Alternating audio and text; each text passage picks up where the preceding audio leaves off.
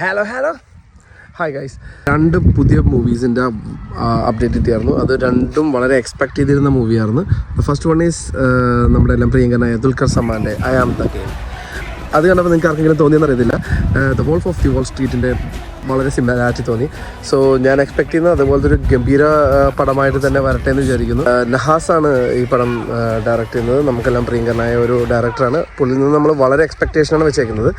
Movie അതുപോലെ തന്നെ expectation നിലനിർത്തും എന്ന് നമുക്ക് വിശ്വസിക്കാം. ട്രെയിലറിൽ I am happy with 75%. Hopefully film completely ചെയ്ത് കഴിയുമ്പോൾ അത് വലിയൊരു ഗംഭീര പടമായി വരുമെന്ന് വിശ്വസിക്കാം. ഓഗസ്റ്റ് 19 അത് വേൾഡ് വൈഡ് റിലീസ് പ്രഖ്യാപിച്ചിരിക്കുന്നത്. So wait for that one. അപ്പോൾ അടുത്ത അപ്ഡേറ്റ് വന്നിരിക്കുന്നത് നമ്മുടെ തമിഴ് ഫിലിമിൽ നിന്നാണ്. കാർത്തിയുടെ സർദാർ 2 ആണ്. സർദാർ 1 നമ്മളെല്ലാവരും കണ്ടതാണ്. വളരെ വലിയ ഹ്യൂജ് ഹിറ്റായിരുന്നു. അപ്പോൾ അതിൻ്റെ സെക്കൻഡ് സീക്വൽസ് ആയിട്ട് ഇപ്പോൾ സർദാർ 2 വരുകയാണ്. September 10 they are expecting to release that movie. Movie കുറച്ചും കൂടി ഗംഭീരമാക്കിയിട്ടുണ്ട്. എസ്.ജെ. സൂര്യ, മാളവിക, അങ്ങനെ ക്രൂ തന്നെ വളരെ വലുതായിട്ടുണ്ട്. കാർത്തി ഡബിൾ റോളാണ് പ്ലേ ചെയ്യുന്നത്.